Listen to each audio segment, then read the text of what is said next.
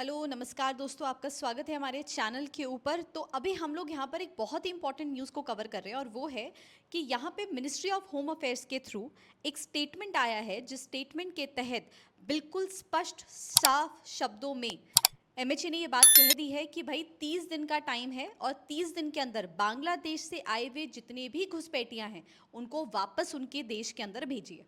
जितने भी स्टेट्स हैं, उन स्टेट्स में डिस्ट्रिक्ट्स हैं, उनको क्लियर एक अल्टीमेटम दे दिया गया है कि भाई आपके पास सिर्फ और सिर्फ 30 दिन का समय है। इस 30 दिन के अंदर आइडेंटिफाई करिए, उनको आइडेंटिफाई कर कर उन्हें डिटेन करिए और उन्हें डिपोर्ट करिए और वापस उनकी लैंड के अंदर उनको भेजिए। कोई डॉक्यूमेंट है, आधार कार्ड है, वोटर आईडी है, जितने भी डॉक्यूमेंट्स वो दिखा रहे हैं, सब चीज़ों को पहले आप क्लियरली वेरीफाई करिए और उसके बाद उनको वापस उनकी लैंड के अंदर भेजिए। किसी भी तरीके का इलीगल इमिग्रेंट भारत के अंदर नहीं होना चाहिए।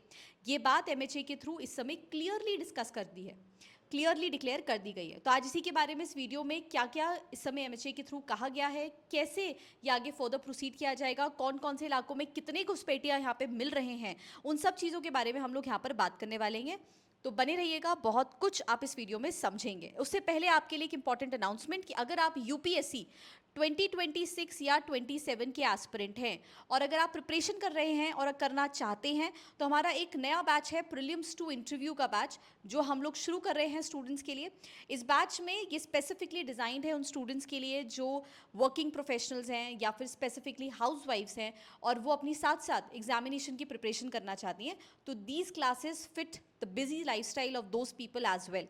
ये क्लासेस हमारी दोनों ही मोड्स में ऑनलाइन ऑफलाइन अवेलेबल है। क्वालिटी प्रोग्राम है at a very affordable course. 12 to 18 months के अंदर आपका पूरा का पूरा course with respect to the prelims to mains, parallelly the preparation of the interview part will be done. Regular assessments आपको यहाँ पे दिए जाएंगे, स्टडी मटेरियल आपको प्रोवाइड करवाया जाएगा। हर 15 डेज में आपका प्रैक्टिस जो टेस्ट है वो करवाए जाते हैं, साथ ही साथ sectional full length mock test भी आपके पैरेलली प्रीलिम्स और मेंस के लिए कंडक्ट करवाए जाते हैं। द मोस्ट इंपॉर्टेंट फीचर, आप हर एक बच्चे को एक पर्सनलाइज्ड मेंटरशिप प्रोग्राम दिया जाता है, which is a customise plan, और हर स्टूडेंट के लिए उसको क्यूरेट करा जाता है। बाकी आप मुझे फॉलो कर सकते हैं इंस्टाग्राम पेज के ऊपर और साथ ही साथ आपको भी लिंक दिख जाएगा स्क्रीन के ऊपर। रेडियंस के पेज को भी आप फॉलो कर सकते हैं, रेडियंस इंस्टीट्यूट देहरादून के इंस्टाग्राम हैंडल को भी आप फॉलो कर सकते हैं। तो बढ़ते हैं हम लोग आगे और यहाँ पर अब समझने की कोशिश करते हैं कि जो मिनिस्ट्री ऑफ होम अफेयर्स है उसने क्या कहा है। एमएचए के थ्रू ये क्लियर एक गाइडलाइन आ गई है कि भाई आपके पास 30 दिन का समय है। 30 दिन के अंदर हर एक स्टेट को आइडेंटिफाई करना है कि उनके स्टेट के अंदर कितने इलीगल इमिग्रेंट्स इस समय छुपे हुए हैं, स्पेसिफिकली जो बांग्लादेश और म्यांमार से आए हैं। तो ऑन रिकॉर्ड्स तो कहा जा रहा है कि भाई 2 करोड़ के आसपास लोग हैं, लेकिन ये बात सिर्फ ऑन रिकॉर्ड से कहीं गुना ज़्यादा इसकी एक्सपेक्टेशन है कि 2 करोड़ से कहीं गुना ज़्यादा होंगे ये लोग, जो लोग इस समय भारत में एज एन इलीगल इमिग्रेंट हैं और जो बांग्लादेश और म्यांमार से भारत की तरफ आए हैं। तो क्लियरली एमएचए ने कहा है कि भाई आपके पास 30 दिन का समय है, 30 डेज के अंदर इनको वेरीफाई करिए, डिटेन करिए और वापस इनको डिपोर्ट करिए, अपने देश में इनको वापस भेजिए। मेजरली अगर हम लोग समझें तो जितने भी ये लोग जो बांग्लादेश या म्यांमार से आते हैं, ये कौन से रीजन्स के अंदर जा रहे हैं? नॉर्थ ईस्टर्न स्टेट्स के अंदर जा रहे हैं। लेकिन इस बात को समझना हमारे लिए और भी ज़्यादा ज़रूरी हो जाता है कि इनकी प्रेजेंस आपको सिर्फ नॉर्थ ईस्ट में नहीं दिखेगी, आपको सिर्फ असम, मेघालय, त्रिपुरा में ही नहीं दिखेंगे। ये लोग जो है, जो इलीगल इमिग्रेंट्स हैं, ये आपको बाकी जो मेजर बिग सिटीज़ हैं वहाँ पर भी देखने को मिलते हैं। दिल्ली हो गया, मुंबई हो गया, मेजर जितनी बिगर बिगर सिटीज़ हैं वहाँ पर भी देखने को मिलेंगे। हर गली मोहल्ले में भी हो सकता है हमारे आसपास में ऐसे कुछ लोग हों। तो हमें इनको आइडेंटिफाई करना एज अ सिटीजन भी हमारे लिए बहुत ज़्यादा ज़रूरी है कि भाई हमें ही नहीं पता हमारे पड़ोस में कौन रह रहा है, हमारी गली के अंदर कौन रह रहा है, हमारे मोहल्ले में कौन रह रहा है, और कल को अगर किसी तरीके की एक्टिविटी हो जाएगी तो it doesn't harm them, it is going to harm those people who are the residents of this nation. तो इसीलिए इन माइग्रेंट्स को, इन रिफ्यूजीज़ को जो इलीगल हैं, जो म्यांमार और बांग्लादेश से आए हैं, इनको वापस भेजना ज़रूरी है। इनके आने से इंडिया की जो लोकल डेमोग्राफिक प्रोफाइल है वो बहुत ज़्यादा इम्पैक्ट होती है, क्योंकि उस जगह पे आकर इनकी पॉपुलेशन बढ़ती है, वहाँ के लोकल्स की पॉपुलेशन धीरे धीरे कम करने लग जाते हैं और जो इंडिया के अंदर रिसोर्सेज हैं उनका भी एक्सप्लॉइटेशन कर रहे हैं। क्योंकि आप एक तरीके से बात समझिए, इंडिया के पास पहली ही जो रिसोर्सेज हैं उसमें इतनी बड़ी जनसंख्या है, इतनी बड़ी पॉपुलेशन बेस है जो ऑलरेडी यहाँ पर रह रही है। उसके बाद इन रिसोर्सेज के ऊपर और ज़्यादा कैप्चर करने के लिए बाहर से इलीगल इमिग्रेंट्स और आ जाते हैं। तो किस तरीके से व्यवस्था चलेगी? पहले ही लोगों के पास रिसोर्सेज कम हो रहे हैं और ऊपर से उस पर कैप्चर करने के लिए, अपना हक जताने के लिए और लोग पहुंच जाते हैं। तो ऐसे तो रीजन्स जो हैं, नेशन जो है, वो ड्रास्टिकली इकोनॉमिकली इम्पैक्ट होगा ही होगा। तो एमएचए के थ्रू ये क्लियर गाइडलाइंस इसीलिए दी गई हैं। साथ ही साथ यहाँ पर गवर्नमेंट ने अपने डायरेक्टिव्स दिए हैं और वो डायरेक्टिव में सबसे पहली बात, डिटेंशन सेंटर्स बनाइए हर एक डिस्ट्रिक्ट के अंदर। जो भी स्टेट्स हैं अपने हर एक डिस्ट्रिक्ट के अंदर डिटेंशन सेंटर्स बनाइए। डिस्ट्रिक्ट लेवल पे टास्क फोर्सेस को असाइन करा गया है कि आप इन लोगों को आइडेंटिफाई करिए और उसके बाद इनको डिपोर्ट करना शुरू करिए। सेंट्रल गवर्नमेंट ने साथ में एक बात और भी कह दी है कि ये मामला सिर्फ यहीं तक नहीं रुकेगा। अभी गवर्नमेंट ने ये कहा है कि स्टेट्स को हमें मंथली प्रोग्रेस रिपोर्ट भी देनी पड़ेगी। हर 15 डेज के अंदर यहाँ पर हमारे को एक रिपोर्ट भी प्रोवाइड करवानी पड़ेगी। कोई भी इंसान ये बोले कि भाई मेरे पास तो आधार कार्ड है, मेरे पास तो वोटर लिस्ट है, मैं तो वोटिंग में भी पार्टिसिपेट कर चुका हूँ, नहीं। अगर किसी भी तरीके के आपको लिंक्स दिख रहे हैं, आप उनको डिपोर्ट करिए, उनको वापस उनके लैंड के अंदर भेजिए। अभी रिसेंट भी आपने कोई केस सुना होगा ना, एक पाकिस्तानी नेशनल था जिसने बोला कि मेरे पास तो यहाँ का आधार कार्ड भी है, मैंने तो वोटिंग में भी पार्टिसिपेट करा है। तो ये कैसे पॉसिबल है? ये कैसे फॉर्जरी डॉक्यूमेंट्स वो लोग इंडिया के अंदर बना पा रहे हैं? तो इस चीज़ के ऊपर भी सरकार ने बोला है कि अगर किसी भी तरीके के लिंक्स आपको पता चलते हैं, आप क्लियरली उनको डिपोर्ट करिए। इस तरीके के डायरेक्टिव्स जो हैं वो क्लियरली एडमिनिस्ट्रेशन के थ्रू, मेन सेंट्रल गवर्नमेंट के थ्रू प्रोवाइड करवाए जा चुके हैं। लीगल फ्रेमवर्क की अगर हम बात करें, बहुत सारे लोग आ जाएंगे अभी बोलेंगे कि नहीं ये तो गलत है, रिफ्यूजीज कहाँ जाएंगे, उनके साथ ये तो गलत करा जा रहा है। तो यहाँ पे अगर लीगल फ्रेमवर्क की भी हम लोग बात करें तो फॉरेनर्स एक्ट 1946 और सिटीजनशिप एक्ट 1955 के तहत भी इलीगल इमिग्रेंट्स जो हैं उनको कंट्री के अंदर रिसाइड करना उनका राइट नहीं होता है। यहाँ तक कि अगर आप देखेंगे तो अब तो सुप्रीम कोर्ट भी ये बात कह चुका है कि इंडिया कोई धर्मशाला नहीं है कि कोई भी आएगा और यहाँ पर रहने लग जाएगा। अगर किसी भी तरीके से कोई भी इलीगल इमिग्रेंट यहाँ पे रह रहा है तो भारत का, देश का, गवर्नमेंट का ये पूरा राइट बनता है कि वो उन लोगों को वापस यहाँ से डिपोर्ट करे, और डिपोर्टेशन यहाँ पर होनी बेहद ज़रूरी है। ये बात अब सुप्रीम कोर्ट भी मान चुके हैं कि इतनी बड़ी जनसंख्या पहली है भारत में, तो भारत धर्मशाला नहीं है कि जो आए वो यहाँ पर आकर रह सकता है। तो फॉरेनर्स एक्ट और सिटीजनशिप एक्ट के तहत इस चीज़ को क्लियरली असर्टन करा जा चुका है।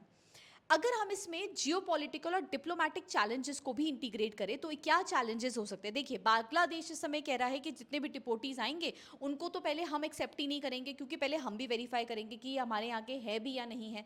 म्यांमार के साथ भी हमारी इस समय इंस्टेबिलिटी है, कॉम्प्लिकेटेड कंडीशन चल रही है। तो उन्होंने बोला है कि भाई इसमें भी, यहाँ पे भी पहले पूरा एक रिपैट्रिएशन जो है वो करा जाएगा। इंस्टेबिलिटी ऑलरेडी है, उसको भी पूरा का पूरा चेक करा जाएगा।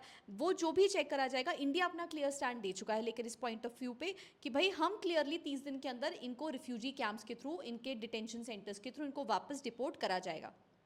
डेफिनेटली डिप्लोमेटिक एंगेजमेंट्स पैरेलली करे जाएंगे, उनके ऊपर साथ साथ ही काम करा जाएगा। But this time after the operation Sindoor, जो कंट्री के अंदर गेम ऑफ वॉर इस समय हम लोग देख रहे हैं, इस समय जो कंडीशन चल रही है, उन्होंने इस समय सरकार जो है वो सिर्फ बाहर से अपने दुश्मनों को आइडेंटिफाई करने की कोशिश नहीं कर रही है, वो ये भी देख रही है कि भैया देश के अंदर जो छुपे हुए दुश्मन है उसको भी कैसे टारगेट करा जाए।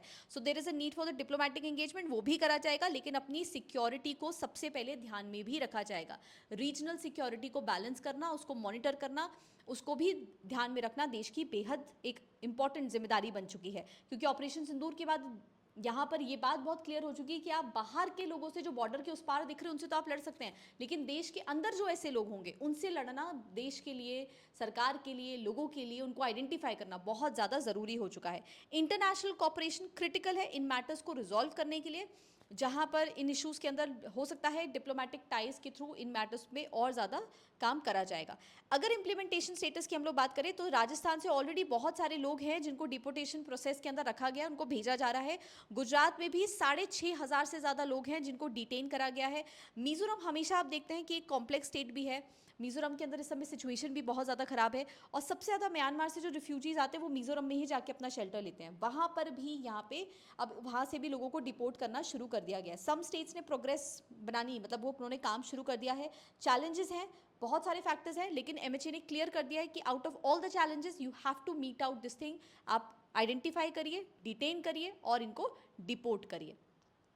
अगर हम लोग यहाँ पे देखें तो एक हमें शिफ्ट देखने को मिल रहा है। सबसे इंपॉर्टेंट, आप जैसे देखेंगे हम लोग इस चीज़ को देख रहे हैं, ऑपरेशन सिंदूर के बाद गवर्नमेंट का, कंट्री का एक स्टैंड जो है वो बहुत ज़्यादा डिफरेंट हो चुका है कि हमें एक स्पोरेडिक प्रोएक्टिव इन्फोर्समेंट करनी ही पड़ेगी अगर हम देश की इंटरनल सिक्योरिटी को मैनेज करना चाहते हैं। हमारे कॉम्प्लेक्स बॉर्डर डायनामिक्स हैं। अगर हम एक तरफ से वेस्टर्न साइड पर देखें तो पाकिस्तान के साथ ऑलरेडी न्यूएंसेस चल रहे हैं।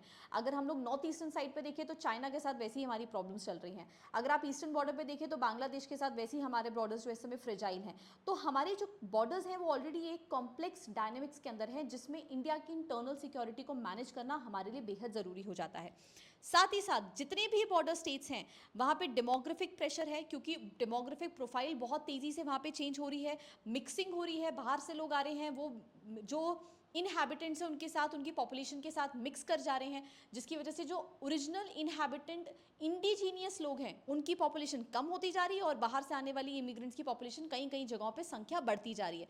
साथ ही साथ रिसोर्सेज के ऊपर भी बहुत बड़ी मात्रा के ऊपर एक प्रेशर जो है वो देखने को मिल रहा है, क्योंकि भाई लिमिटेड रिसोर्सेज हैं, उन रिसोर्सेज के ऊपर हद से ज़्यादा अगर प्रेशर होगा तो उसका इम्पैक्ट यहाँ के इंडिजीनियस जो भारत के रहने वाले लोग हैं उन पर तो देखने को मिलेगा ही मिलेगा। तो ये की हम लोग कुछ इंपॉर्टेंट एक ड्रास्टिक शिफ्ट भी अपने यहाँ से देख रहे हैं।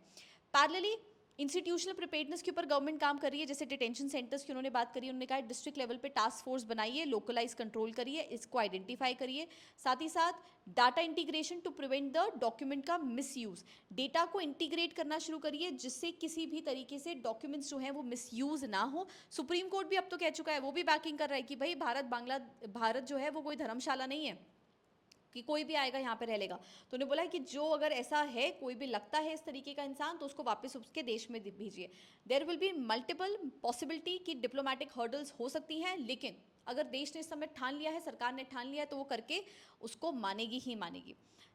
इस समय अगर हम लोग बात को पूरा एक ओवरऑल तरीके से समझे, एक कॉम्प्रिहेंसिव पॉलिसी को यहाँ पे डिजाइन करा जा रहा है जहाँ पे इलीगल इमिग्रेशन को वापस भेजा जाएगा out of all the geopolitical challenges. Timely enforcement यहाँ पर करने की इस पे बात करी गई है। डेटा ड्रिवन ओवरसाइट है जहाँ पे डेटा को निकाला जाएगा, उसके बेसिस पे आइडेंटिफाई करा जाएगा। डिप्लोमेटिक टाइज मेंटेन करते हुए, कॉन्फिडेंस में लेते हुए इस चीज़ पे भी काम किया जाएगा। सिक्योरिटी को बैलेंस करना देश के लिए इस समय सबसे ज़्यादा इंपॉर्टेंट है। जो काम करा जा रहा है वो बिल्कुल प्रॉपर लीगल ग्राउंड पे ही करा जा रहा है, कुछ भी इलीगली नहीं हो रहा है। साथ ही साथ ह्यूमैनिटेरियन कंसिडरेशंस भी हैं कि अगर रिफ्यूजी कैंप्स में भी रखा जा रहा है तो उनके लिए जो व्यवस्था होगी वो करी जाएगी, लेकिन देश के अंदर रहकर उनके लिए व्यवस्था रखना ये बिल्कुल भी सही नहीं है, क्योंकि हम नहीं जानते कि भाई जो बाहर से इमिग्रेंट्स आ रहे हैं वो किस तरीके की सस्पिशियस एक्टिविटीज़ को भारत के अंदर, देश के अंदर कर भी सकते हैं। तो ये डायरेक्टिव रिफ्लेक्ट करता है एक तरीके से कि इस समय इंडिया किसी भी तरीके की कॉम्प्लेक्स सिचुएशन जो बॉर्डर्स के अंदर चल रही है उसमें लीनियंट नहीं होना चाहता, और स्पेसिफिकली जो सेंसिटिव इश्यूज है उसके ऊपर एक स्ट्रिंजेंट मेजर लेने के लिए भारत इस समय कंप्लीटली विजिलेंट है और तैयार है। और ऑपरेशन सिंदूर के बाद कंप्लीटली स्ट्रॉन्ग होल्ड यहाँ पर हमें सरकार के थ्रू, नेशन के थ्रू देखने को मिल रहा है। तो आप लोग हमें कमेंट्स में ज़रूर बताइएगा कि आपको क्या लगता है इस समय जो सरकार कर रही है वो एक तरीके से क्या है, वो सही भी हो रहा है, आपको क्या ओपिनियन है। और हाँ, डेफिनेटली आप भी अपने आसपास में ऐसे अगर किसी लोग को देखते हैं, आपको लगता है कि अगर ऐसा कोई भी सस्पिशियस एलिमेंट, सस्पिशियस इंसान आपको लगता है कि कुछ भी ऐसी वारदात आपको लगती है हो सकती है, या फिर कोई सस्पिशन लगता है, तो ज़रूर आप इस चीज़ के बारे में अपने नियरेस्ट जो स्टेशन है उस पर बता सकते हैं। बाकी कमेंट्स में हमें अपनी राय ज़रूर दीजिएगा। एंड आपको हमारी वीडियो पसंद आए तो do like and subscribe to our channel. ऐसी और इन्फॉर्मेशनल कंटेंट हम आपके लिए लगातार लेकर आते रहेंगे। जय हिंद, जय Bharat, all the very best.